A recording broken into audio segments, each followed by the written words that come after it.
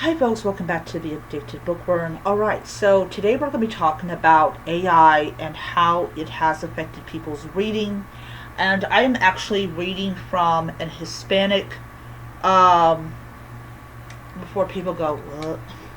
Hispanic outlook on Education magazine. And the writer makes some very good points in this article that I think we should talk about as a whole.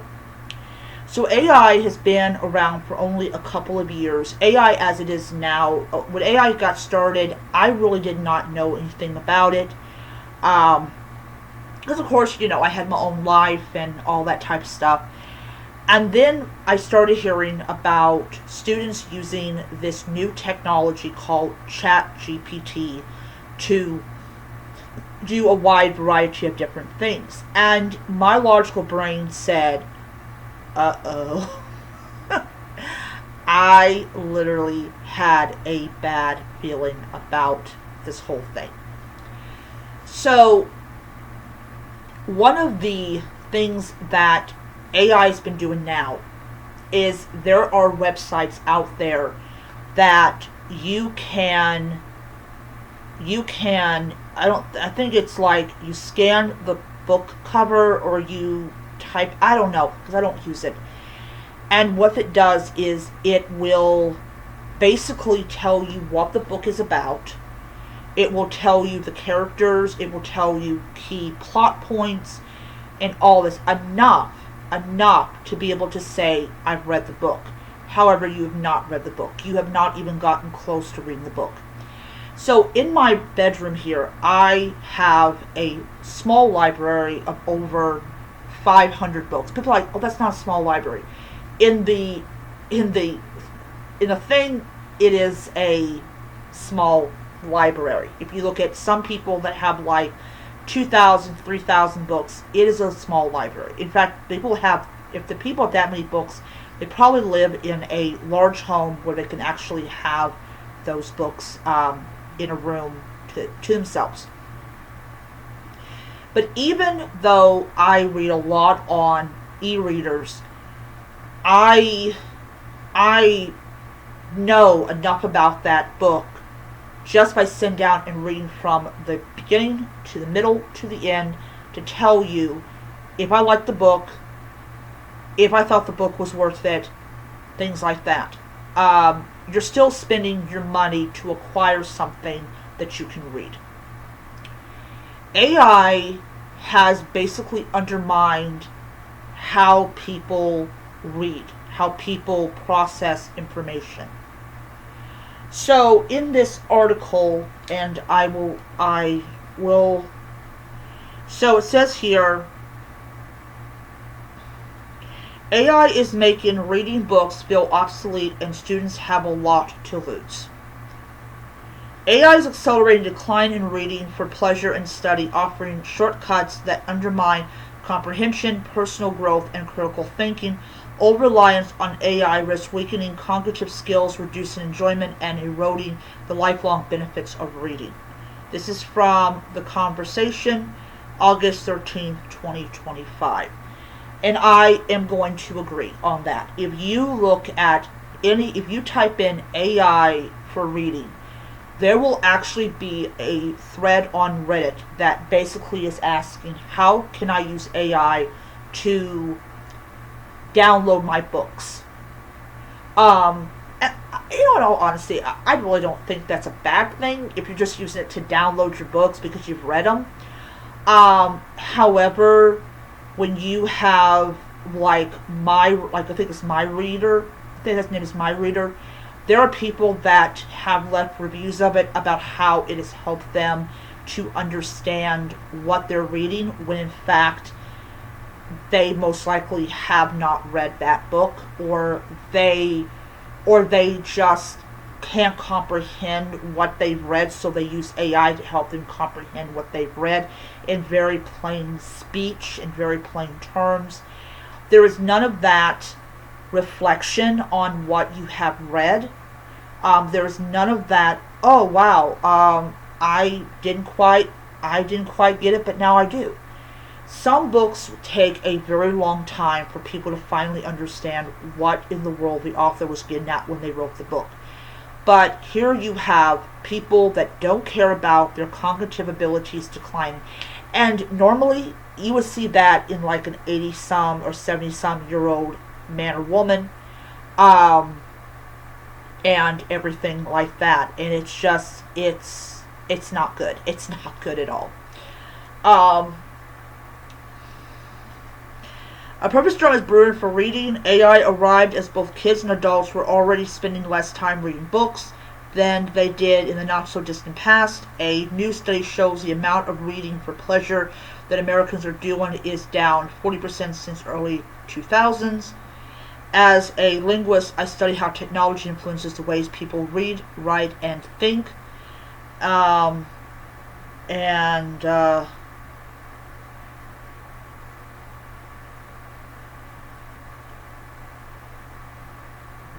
Alright.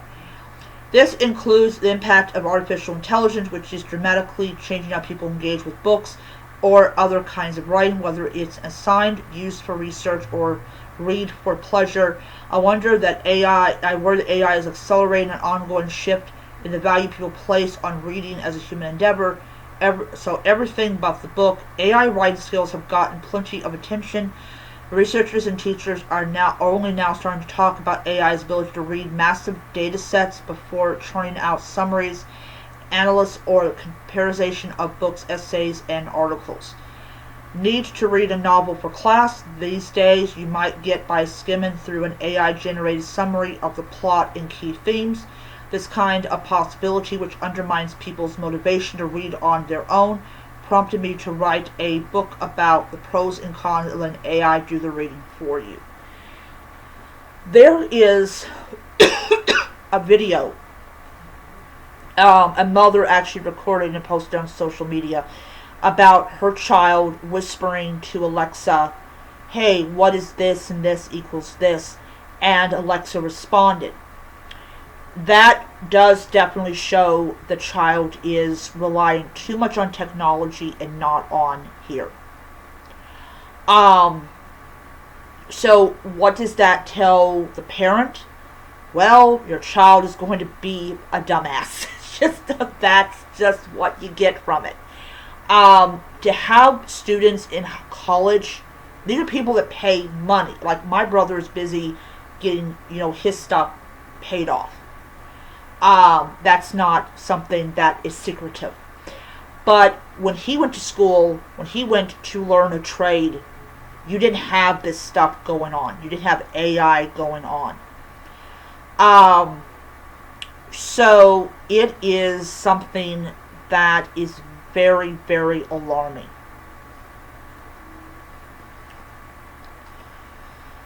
Palming off the work of summarizing or analyzing text is hardly new. Cliff Notes dates back to the late 1950s. Century earlier, the Royal Society of London began producing summaries of the scientific papers that appeared in its voluminous philosophical traction. By the mid-20th century, abstracts had become abacurious. I could never pronounce that name. In scholarly articles, potential readers could now pursue the abstract before deciding whether to tackle the piece in its entirety. And I remember being in high school in the 90s, and people had Cliff Notes.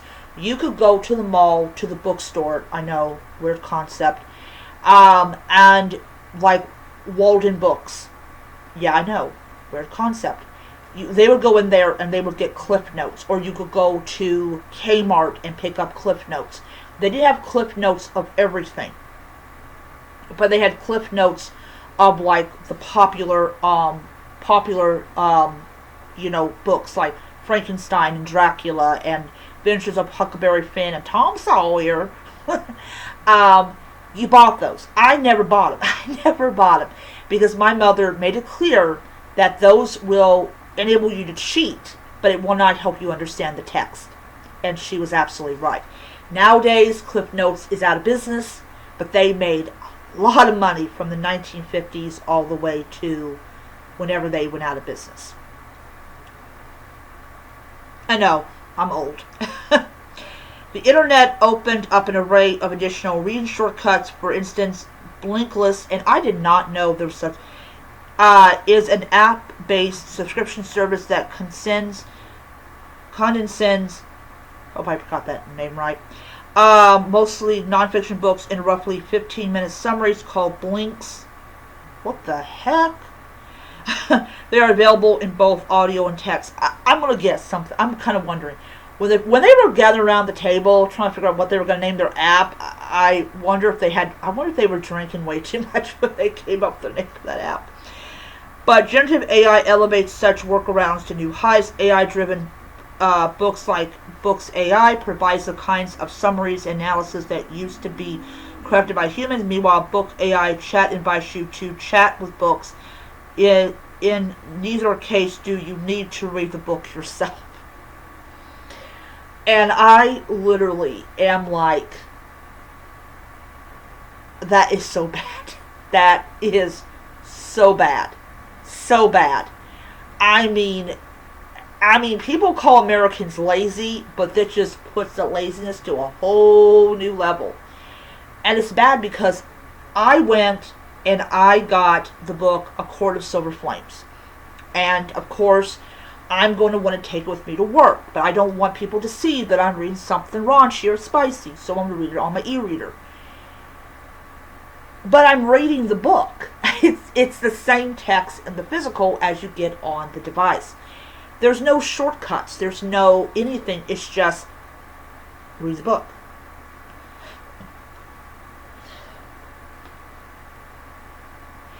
If your student asked to compare Mark Twain's The Adventures of Huckleberry Finn with J.D. Salinger's The Catcher in the Rye as coming-of-age novels, Cliff Notes only get you so far. Sure, you can read summaries of each book, but you still must do the comparison yourself with general large language models or specialized tools such as Google Notebook LM. AI handles both the reading and the comparing, even generating smart questions to pose in class. The downside is that you lose out on a critical benefit of reading a coming-of-age novel, the personal growth that comes with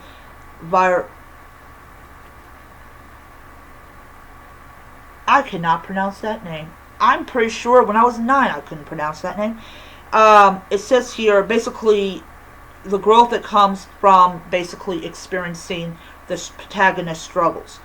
In the world of academic research, AI offering like SciSpace, Elicit, and Consensus combines the power of search engines and large language models. They locate relevant articles and then summarize and synthesize them, slashing the hours needed to conduct literature reviews. On its website, ScienceDirect AI gloats, "Goodbye wasted reading time, hello relevance." Maybe exclude from the process is judging for yourself what counts as relevant, making your own connections between ideas. Reading unfriendly. Okay, so yeah.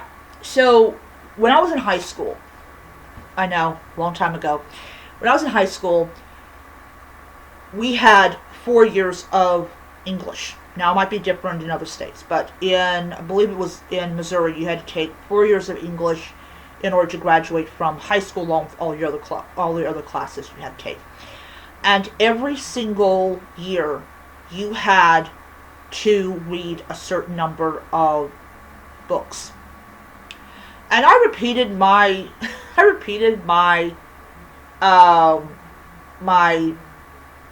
I think sophomore. Yeah, my sophomore. My sophomore year, like 4 times. And by the time I got to the 4th time, the teacher was like, "Never mind." She was like, "Yeah, I remember you from 3 years ago." But like when I was a freshman, we had to read like 3 books for the entire year. Like, we had to go to the library and we had to pick out the 3 books. Like, you had 3 books you had to read, and you went to the library and you hoped and pray that Peggy didn't take all the books out. We actually had a classmate named Peggy, And you walked in there and you hoped and prayed Peggy didn't take all the books that you needed. And somehow you walked out with either one book or no books for some unknown reason. I don't quite understand. And you had to constantly go back there day in and day in until you finally got the books you had to get, and then you checked it out, and then you went home and you read it. And it was annoying to not have like multiple copies of that one book. But we had to sit down and we had to read it.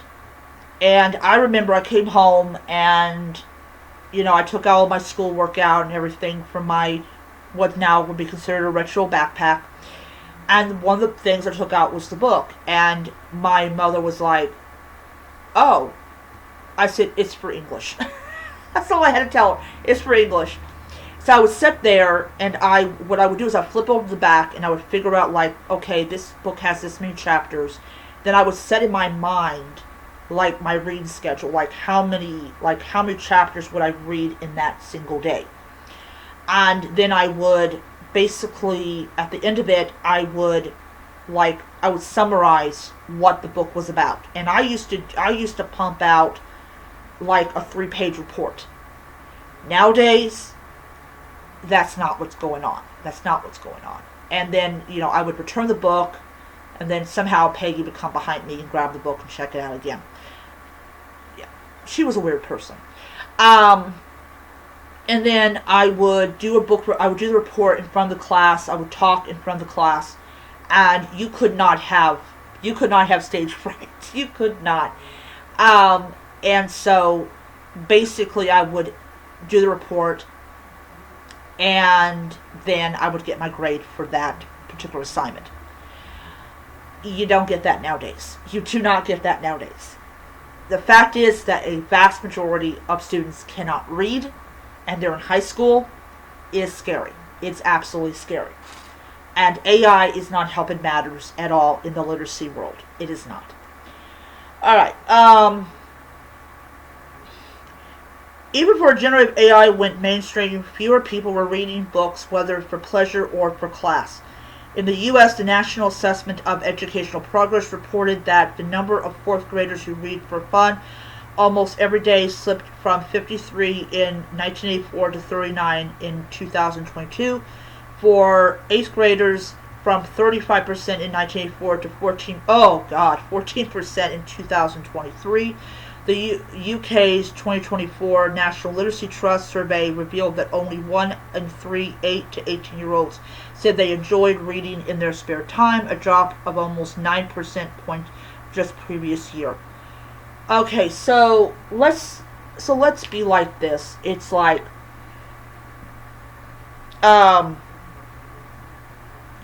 this.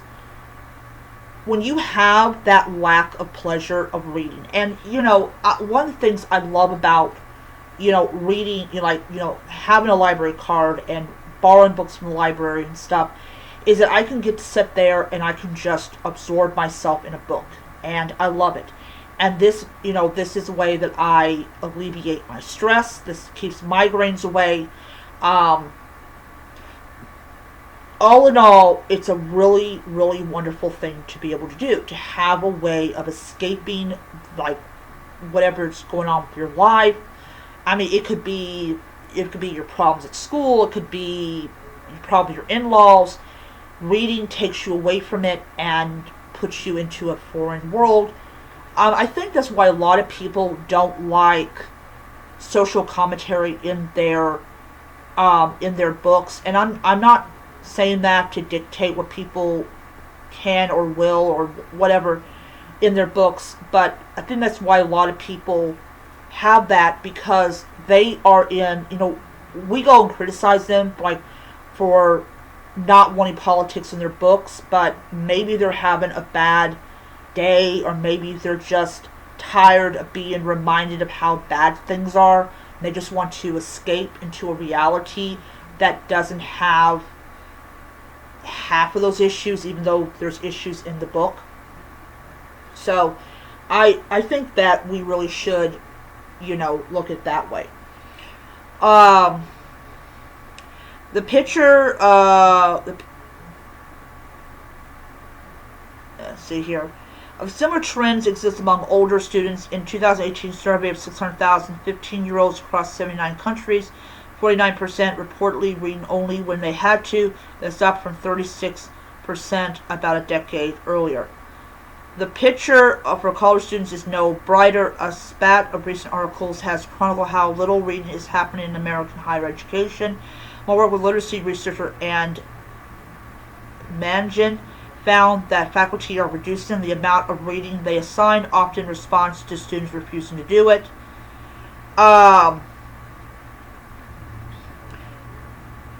Emblematic of the problem is a troubling observation by cultural commentator David Brooks. I once asked a group of students on their final day of their prestigious university what book had changed their life over the previous 4 years. A long awkward silence followed. Finally, the student said, "You have to understand, we don't read like that. We only sample enough of each book to get through the class." So, yeah, that's not good. I literally am scared about that. Like, you have people that actually admit they only read enough of the book to get them through the class. That is not good. That is not good. Now, adults, according to YouGov, just 54% of Americans read at least one book in 2023. Oh man. I'm in the very small minority. Because I've read so far now I've read I'm how many have I read? Let's see here.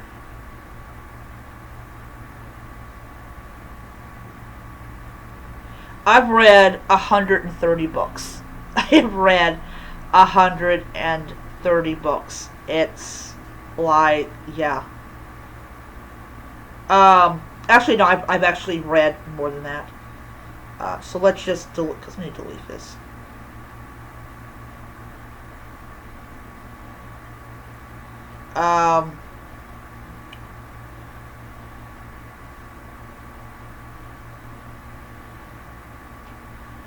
Yeah, it doesn't let, wow, it doesn't let me, oh.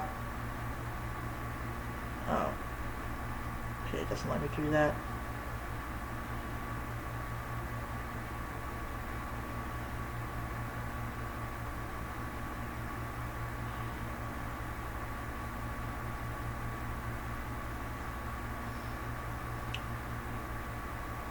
Yeah.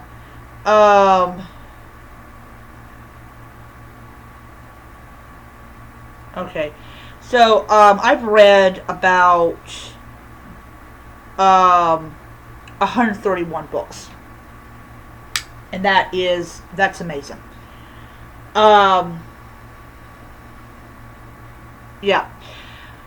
And it says here the situation in South Korea is even bleaker, with only 43% of adults said they had read at least one book in 2023, down from almost 87% in 1994. In the UK, the reading agency observes declines in adult reading and hinted at one of the reasons why. In 2024, 35% of America identified as lapsed readers.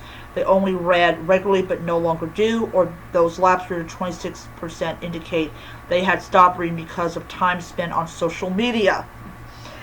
The phrase lapsed reader might now apply to anyone who deprioritizes reading, whether it's due to the lack of interest, devoting more time to social media, or letting AI do the reading for you. So I want to stop there because I'm getting close to 30 minutes in there. But going to the whole thing with AI, reading it for them. Okay, I think that as someone who looks at these people and they go, "Oh, I've read 100 books in a month," which is absolutely impossible to do. I'm not saying that reading like 4 books a month is impossible. It's not. It actually is not. The Nancy Drew books that I love so much, I can get through a 25 chapter book in like 3 days. That's not bad. But I think that I think that the reason that I get through, or the reason I read all 131 books in 2026, is not because I'm using AI. It's because I'm sitting down, I'm actually reading those books. I'm reading them, I'm enjoying them. I talk about them on my TBR reading blog. People know what book am I currently reading. Oh, I'm reading this book. Oh, like I'm reading The Dark One by Nikki Saint something. Um, that's a spicy book, but it's a book, and it is a book that I enjoy reading. Um, I read Sarah J. Maas. I read Caroline Keene. I read this author, this author. I read from a wide variety of different kinds of authors. Some authors people don't like. Some authors people adore. Some authors that readers would wish they would go away. But I read, and I enjoy it. It gives me pleasure, and with how stressful my life gets and how I'm prone to migraines, I think that that is something that is very important for me as an individual. But to see these AI generated whatever basically doing the reading for you is just insanity. And of course, people are going to say, well, if they want to use AI to read a book, that doesn't affect your life. Here's the thing, is the reason that it is a issue is one thing, one reason, and one reason only. It is a indication of how bad things are going in America as far as literacy is concerned. And I'm not talking about all the other stuff because that's not connected to books. But when you have people that are illiterate or functioningly illiterate and they are having children, those children are not going to know how to read either. So you're going to have a society where half of Americans can read. And those are going to be, and I think they're going to be the elites. They're going to be the elites. They're going to be the ones that have all the power. Their children are going to go to the best universities because they don't waste the professor's time. Then you're going to have the illiterates that are going to be in very, very, very low wage jobs where they don't have to comprehend and think of anything. And they're going to be doing what they're doing. And it's a bad thing. It's a bad thing all around. It's just not something that we should be looking forward to. But AI is a problem. It's a problem. I mean, it'll be a problem long after I'm dead and gone. And it may even be worse when I'm in my 70s and 80s and I'm thinking about when I was 13, 14 years old and how better it was literacy wise. Anyways, that is my video. I hope that it gave you some food for thought. I'm not really a fan of like talking about AI for obvious reasons. I just think AI is just inherently bad. And yeah. So I will see you guys next time.